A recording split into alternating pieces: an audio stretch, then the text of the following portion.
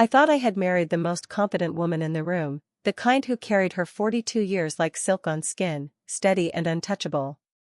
So when I stood outside hotel room 917, flowers in my hand, and heard her laugh the way she used to laugh against my neck, I realized perfection isn't something you lose all at once. It's something you overhear, through a door you were never meant to stand behind. Emotional goal, establish deep love, admiration, and subtle distance the narrator doesn't fully recognize yet. I was 26 when I married her, and even now, 2 years later, I still catch myself looking at her the way I did the first night we met. She's 42, though she never says it unless someone asks directly. Not because she's ashamed. Just because she doesn't need the number to explain her presence. She carries herself with a quiet certainty, like she's already survived storms I haven't even seen on the horizon yet. When we walk together, people notice her first. It's not just that she's beautiful, though she is, in a way that feels grounded and real. It's the way she moves. Calm. Unhurried. Like the world doesn't get to rush her. And somehow, she chose me. She always rests her hand at the back of my neck when we cross the street, her fingers warm and protective. At restaurants, her knee brushes mine under the table, slow and familiar. When I talk too fast, which I do when I'm nervous, she smiles softly and smooths her thumb along my knuckles like she's tuning me back into rhythm. Those little touches made me feel claimed. Safe. Wanted. At night, she lies against my chest, her hair spilling over my shoulder, and I trace invisible patterns along her arm while she talks about work, the way younger colleagues look to her for guidance, the way clients respect her steadiness. I've always admired that about her. She doesn't compete for attention. She commands it without trying. People used to warn me about the age gap. They'd ask if I ever felt insecure. If I worried she'd get bored of someone still figuring life out. But she never made me feel behind. If anything, she made me feel chosen. Like out of all the polished, established men in her orbit, she wanted my unfiltered honesty instead. Still. Looking back now, there were small shifts I brushed aside. Her late-night work calls became more frequent.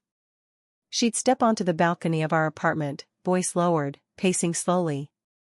When I asked who it was, she'd answer casually, "Just work," and kiss my temple like that settled everything.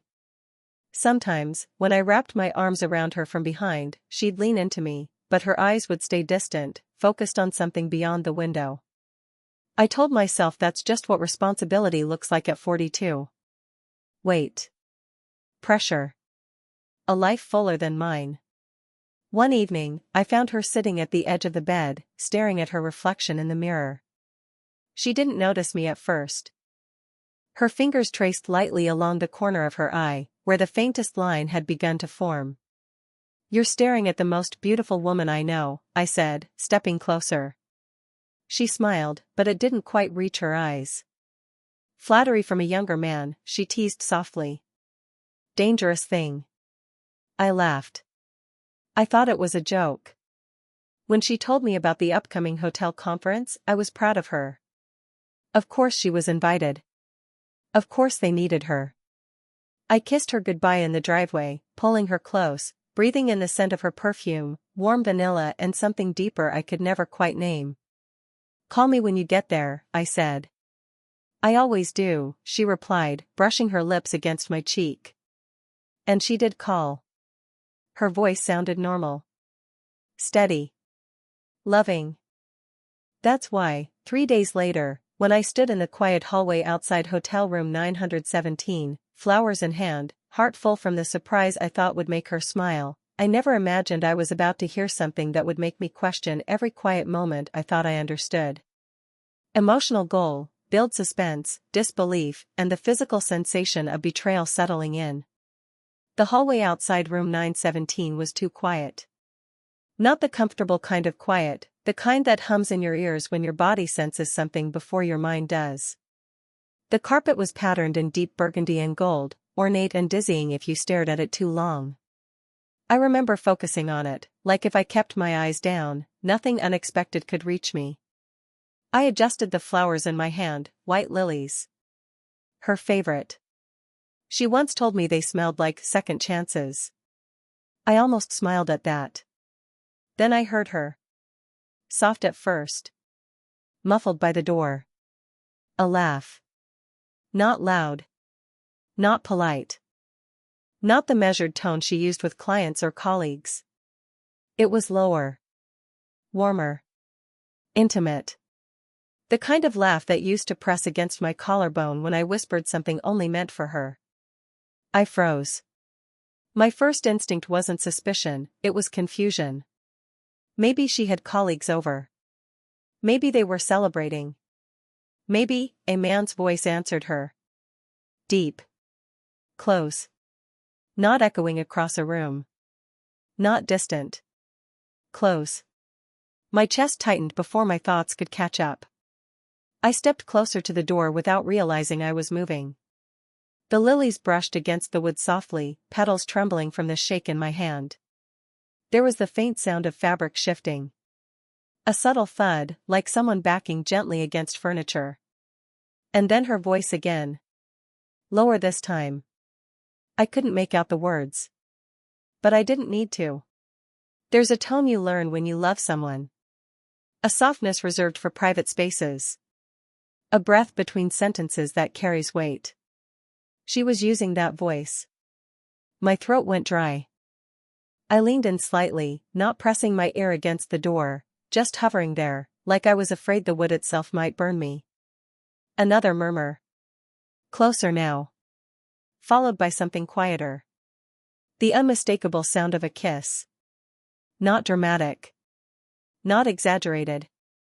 Just soft. Familiar. My heart started pounding so hard it blurred everything else. I could hear it in my ears, feel it in my fingertips. The hallway felt narrower. Warmer. Like the air had thickened. No, I whispered to myself. Maybe I misheard. Maybe, then she exhaled. A breathy sound. Almost a sigh. And in that moment, my body knew before my mind would allow it. The flower slipped slightly in my grip. A petal fell to the carpet near my shoe. I stared at it like it didn't belong there. Like I didn't belong there. I thought about knocking. Just knocking once. Ending the uncertainty. But something stopped me. Because as long as I stayed outside that door, there was still a version of reality where I was wrong. If I knocked, I would lose that version forever. Inside, there was a quiet laugh again. Softer now. Closer to the door. I imagined her standing near it. Her hair slightly undone. That faint flush on her cheek she got when she felt desired. My stomach dropped so suddenly I had to steady myself against the wall. I had always admired her confidence. The way she carried herself like she didn't need validation. Had I been wrong? Or had I simply not seen the parts of her that still needed to feel wanted? Another soft murmur from inside. A whisper too low to catch. I stepped back slowly. The lilies hung uselessly at my side. The number 917 stared back at me in polished brass, cold and unfeeling.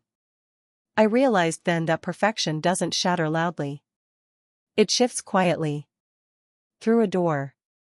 While you're still standing there, trying to convince yourself you're hearing the wrong story unfold.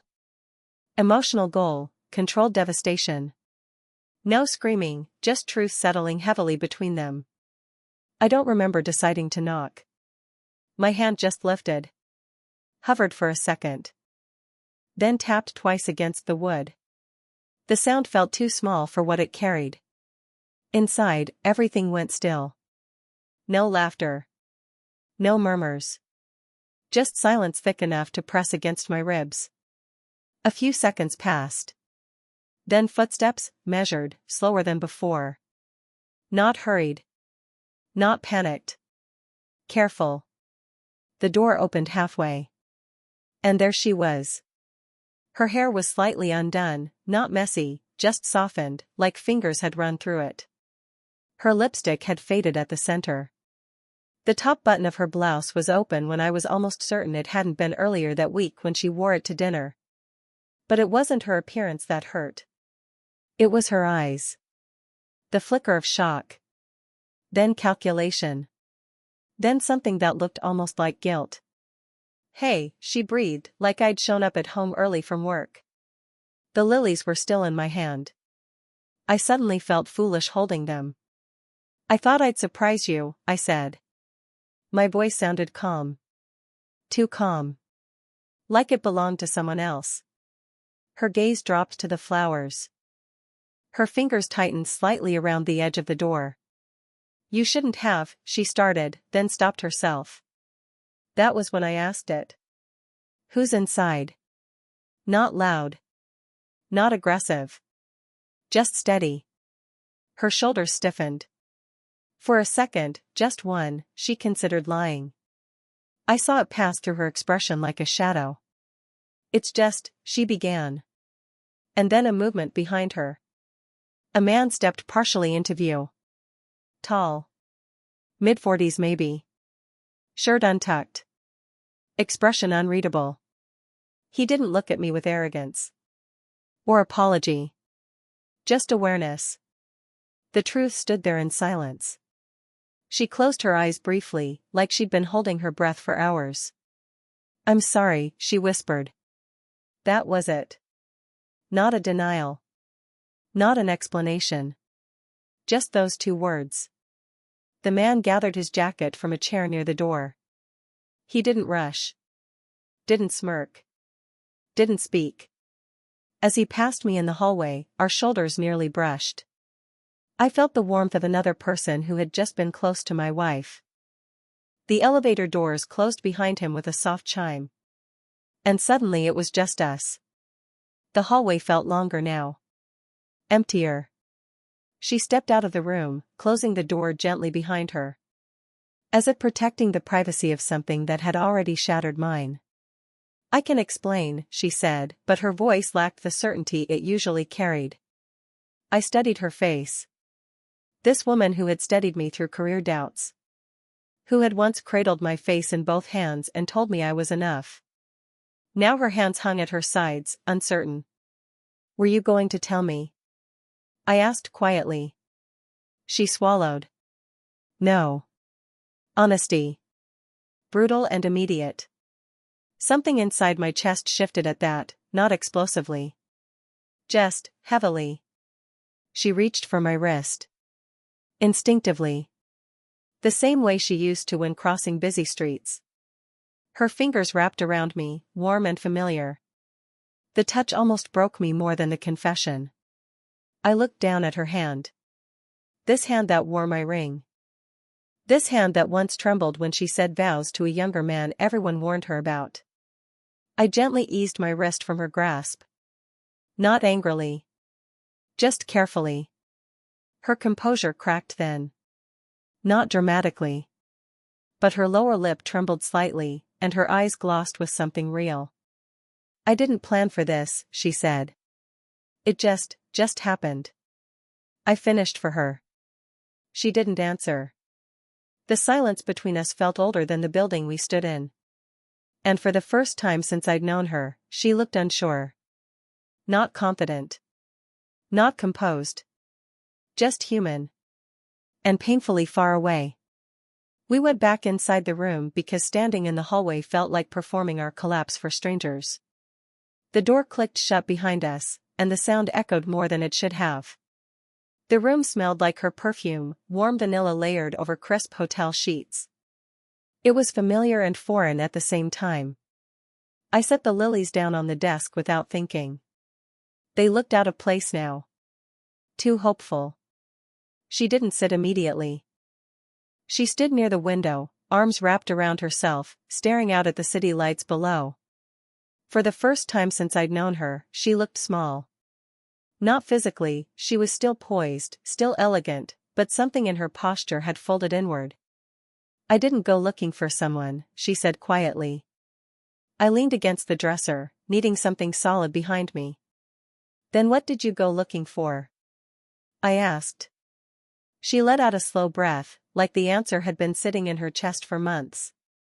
"I went looking for proof," she said. I frowned. Proof of what? That I'm still, she hesitated, searching for the word. Desired. The word landed heavier than I expected. I had told her she was beautiful countless times. I meant it every time. The faint lines near her eyes, the confidence in her smile, the way she carried herself, it all drew me in deeper. You are desired, I said, almost reflexively. She turned then, and there were tears in her eyes, not dramatic, just quietly spilling over. You love me, she said softly. But you love me in a way that feels safe. Safe. I had always thought that was the goal. She walked closer, slowly, like she was approaching something fragile. When you look at me, she continued, I see comfort. Gratitude. Loyalty. Her voice trembled. But I don't see hunger anymore. That word cut differently.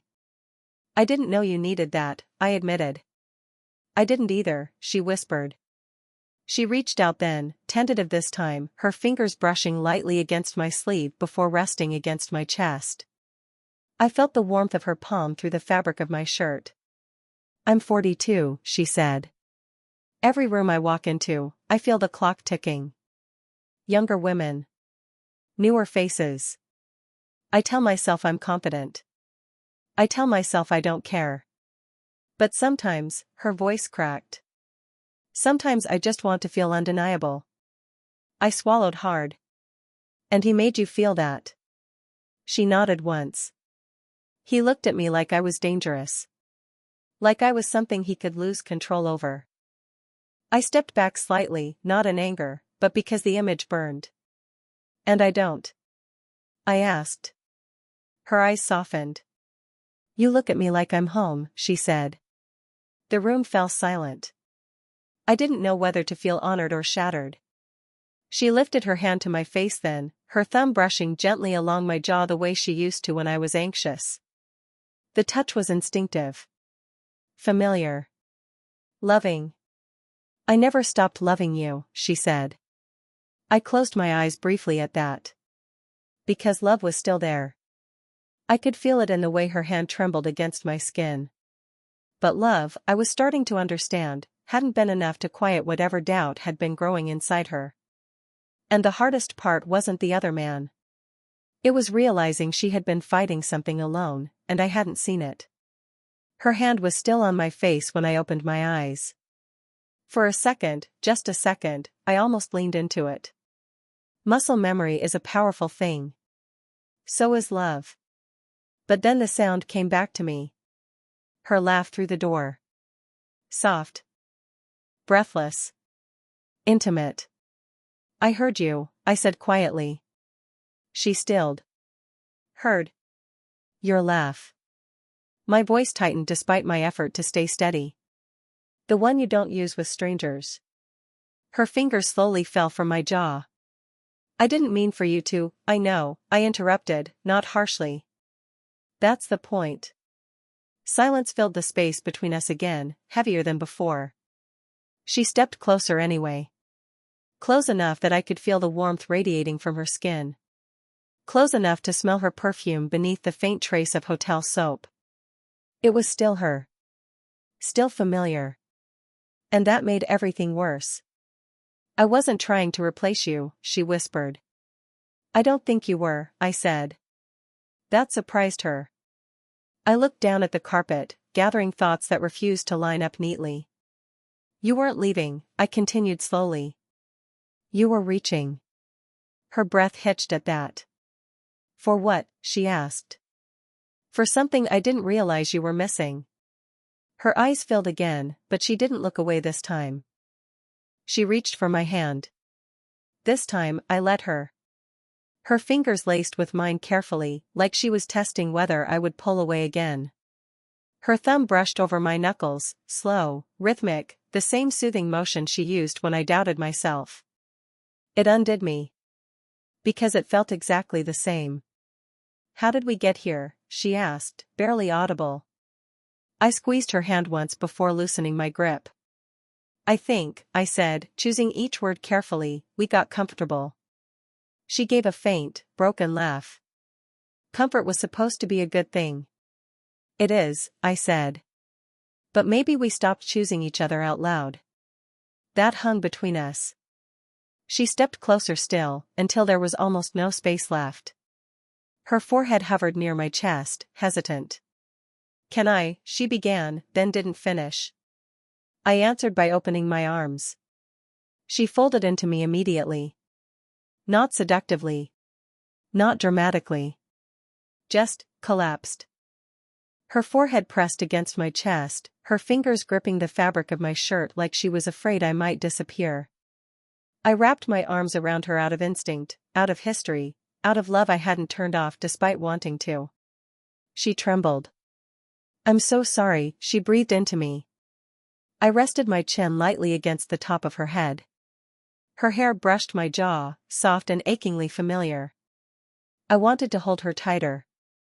I wanted to step away. Both feelings lived inside me at the same time.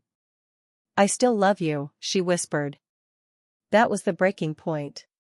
Because I still loved her too. And love didn't vanish just because trust cracked. But as I stood there, holding the woman I had built my life around, I understood something painful and clear: love wasn't the only thing that mattered anymore. She pulled back slightly, just enough to look up at me. Her eyes searched my face, desperate for something, forgiveness, maybe. Certainty. I brushed a tear from her cheek with my thumb. Gently. Slowly. Not as a husband promising everything would be okay. But as a man saying goodbye to the version of us he thought would last forever. We sat on the edge of the bed because there was nowhere else to go. The room looked untouched, sheets smooth, pillows arranged neatly, as if it hadn't just held the weight of something that would change us permanently. She sat beside me, close but not touching now. Her hands rested in her lap, fingers twisting together slowly. I noticed she'd taken off her ring at some point. It sat on the nightstand near the lamp. That hurt more than I expected. Say something, she whispered. I stared at the carpet, following the pattern with my eyes like I had in the hallway earlier. My mind wasn't racing anymore. It was strangely clear.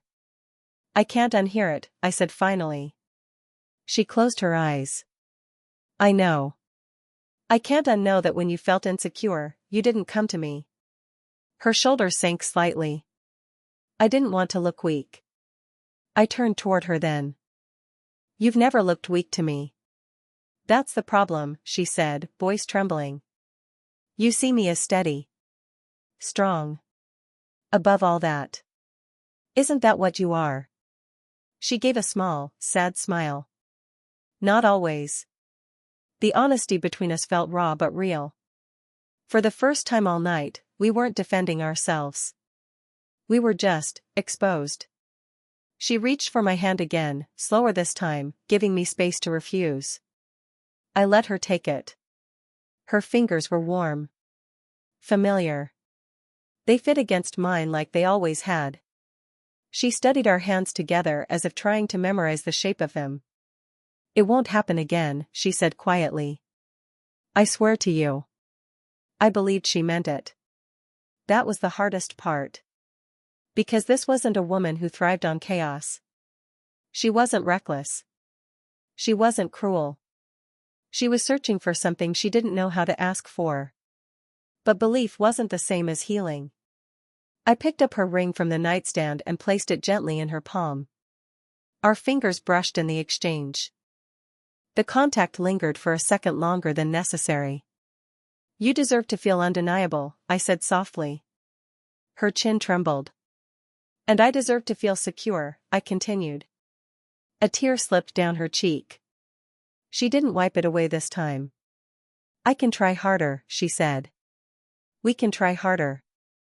I looked at her, really looked at her. The faint lines near her eyes. The vulnerability she'd tried so hard to hide. The strength that had always drawn me in. I don't want you trying harder out of fear, I said. And I don't want to love you wondering if I'm enough. The silence after that wasn't hostile. It was understanding. She nodded slowly, absorbing the truth of it. I leaned forward and pressed a gentle kiss to her knuckles, the same way I had on our wedding day when I promised to protect her heart. But this time, the gesture meant something different. It meant release. Her fingers curled slightly as if she wanted to hold on to me, but she didn't. "I never wanted to hurt you," she whispered. "I know. And I did. That's what made the choice so heavy, and so necessary." We sat there for another minute, side by side, our shoulders almost touching. Close enough to feel each other's warmth. Far enough to know we were already beginning to let go. The papers were thinner than I expected. Months had passed since that night in room 917. Months of long conversations, quiet dinners at opposite ends of the table, therapy sessions that uncovered truths but couldn't rebuild what had cracked. We tried. That's what I want to remember most. We tried. Now we sat across from each other in a small office that smelled faintly of coffee and printer ink. The lawyer stepped out to give us a moment alone. She looked different. Not older. Not diminished. Just softer. Her confidence was still there, in the way she held her shoulders straight, in the calm steadiness of her breathing. But there was less armor now. Less performance. She caught me looking at her and gave a small, familiar smile. "You always stare like that," she said gently. I let out a quiet breath that almost resembled a laugh. "You always notice." Some things hadn't changed. Her hair was tucked behind one ear, though a few strands had fallen loose near her cheek. Without thinking, I reached across the desk and brushed them back. My fingers barely grazed her skin. She closed her eyes for half a second at the touch. It wasn't romantic. It wasn't possessive. It was reflex. History living in muscle memory. "Are you okay?" she asked. The question felt sincere, not obligatory. "I will be," I said. She nodded slowly, absorbing that. "I meant what I said that night," she added quietly. "You loved me the right way." The words didn't sting anymore. They settled. "I hope someday," I replied carefully, "you find someone who makes you feel undeniable without needing to lose yourself." Her eyes filled slightly, but she didn't let the tears fall. "And I hope you find someone who sees your loyalty and doesn't test it," she said. We stood at the same time, almost instinctively. For a moment, neither of us knew how to end it. Handshake felt too formal. Nothing felt too intimate. So she stepped forward first. Her arms wrapped around me slowly, deliberately, giving me space to refuse. I didn't. I held her.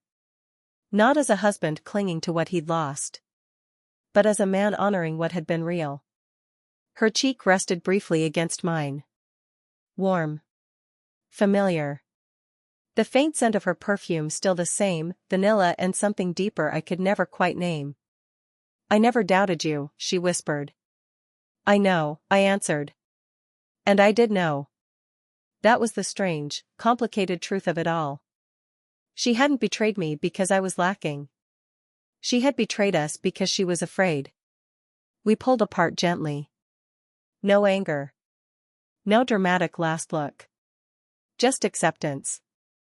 As she walked toward the door, she paused, glancing back once, not to ask for another chance, not to reopen wounds, but to acknowledge the chapter closing between us. I watched her leave. And for the first time since hotel room 917, my chest didn't tighten. It ached. But it was a clean ache. I thought my marriage was perfect once. It wasn't. But it was real. It was warm. It was flawed and human and deeply felt. And sometimes love doesn't stay forever. Sometimes it shapes you quietly, and teaches you exactly what you deserve next.